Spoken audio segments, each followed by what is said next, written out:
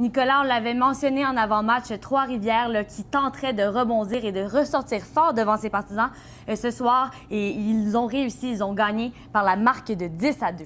Une victoire qui était tout simplement éclatante, une victoire que les partisans vont certainement se rappeler. C'était la dernière de la saison régulière, une performance sans faille pour la troupe d'Alain Côté qui doit être très fière de sa troupe ce soir.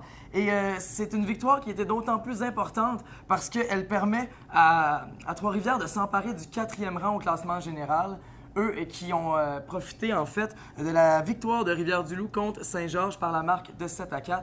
Donc vraiment une victoire qui était significative pour Trois-Rivières et ils ont compris l'enjeu de cette rencontre.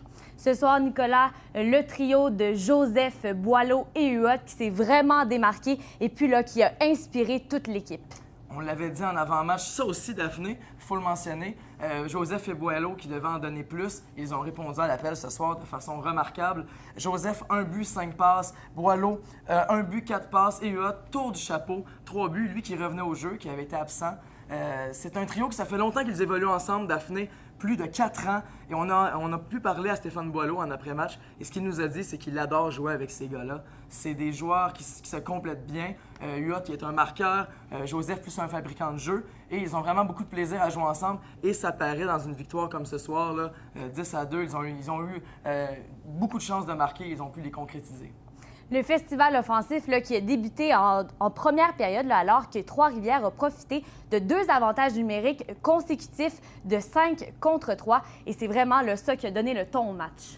Marc-André Huot qui a été fabuleux en fait sur ses avantages numériques. Il a vraiment donné le ton, comme tu as dit. Et par la suite, eh bien, en fin de période, alors que c'était 3-0 pour Trois-Rivières, dans une échappée, Bellemare, là, qui a réussi, Jonathan Bellemare, qui a réussi à marquer un superbe but en échappée, le 4e des siens. Et déjà après une période, c'était 4-0 et Jonquière était passablement sorti de ce match. Nicolas, on ne peut pas seulement que regarder l'apport offensif aujourd'hui. Il faut également souligner le travail de Marco Cousineau qui a été excellent devant la cage des siens. Tu fais bien de le mentionner, Daphné. Marco Cousineau est un apport important à son équipe lorsqu'il est en santé et lorsqu'il est à son meilleur. Et ce soir, il aura poussé 27 des 29 tirs dirigés vers lui. C'est dommage parce qu'il s'enlignait vers un jeu blanc, et il a dû céder devant Jonquière et ça a nuit à sa fiche. Mais malgré tout, il a joué vraiment un solide match.